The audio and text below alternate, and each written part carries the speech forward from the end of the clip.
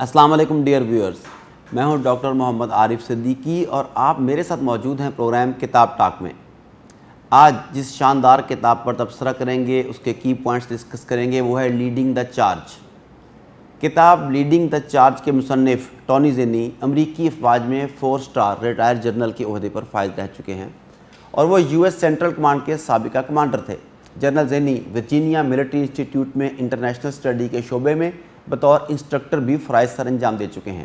اس کتاب میں ٹونی زینی کے معاون مصنف ٹونی کولٹز ہیں، جو ایک ماہر مصنف ہیں اور کئی دوسری کتابوں میں بھی جنرل زینی کے معاون مصنف کے طور پر کام کر چکے ہیں۔ دوستو، زیر نظر کتاب لیڈنگ دا چارج 21ویں صدی کے نمایاں چیلنجز کے حل کا ایک نیا راستہ دکھاتی ہے۔ یہ کتاب اس لحاظ سے مثالی کتاب ہے کہ یہ قیادت کے نئے رجحانات کا علم دیتی ہے جن کو آج کی دنیا نے ایک نئی شکل دی ہے، اور ان طریقوں پر بحث کرتی ہے جن کو اپنا کر رہنما اور تنظیمیں مؤثر طریقے سے کام کر سکتی ہیں۔ مختصراً، یہ کتاب کارپوریٹ کامیابی کا راستہ دکھاتی ہے۔ اس میں ان لوگوں کے مسائل کے لیے گہری اور قابل یقین رہنمائی ملتی ہے جو قیادت کی دنیا میں نئے ہوں۔ زیر نظر کتاب لیڈرشپ پر ایک پرفکر نمونہ ہے جو کہ کاروباری، فوجی اور سیاسی رہنماؤں کے لیے یکساں طور پر مفید ثابت ہو سکتی ہے۔ اگر اس کتاب کے چیدہ نکات کی بات کی جائے تو یہ دیکھیں کہ وقت کے ساتھ ساتھ جہاں زندگی کے دوسرے شعبوں نے ترقی کی، وہاں قیادت میں بھی انقلاب افروز تبدیلیاں رونما ہوئی ہیں۔ ماضی میں لیڈرشپ آسان تھی اور قیادت زیادہ تر کردار کے حوالے سے اہم سمجھی جاتی تھی، لیکن اب صرف اکیلا کردار کافی نہیں۔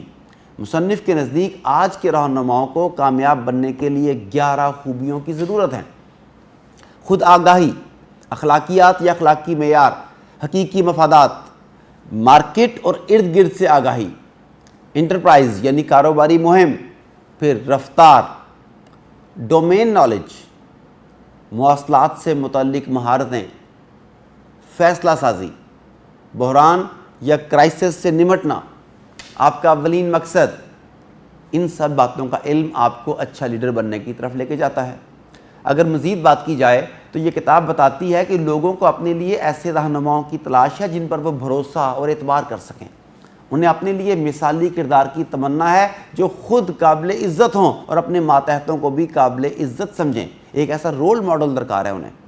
ایک کامیاب لیڈر کے طور پر خود کو منوانے کے لیے انسان کے اندر ذاتی صفات کا ہونا بہت ضروری ہے۔ یہ ذاتی صفات ایک انسان کو دوسروں کی نظر میں قابل اعتماد بناتی ہیں۔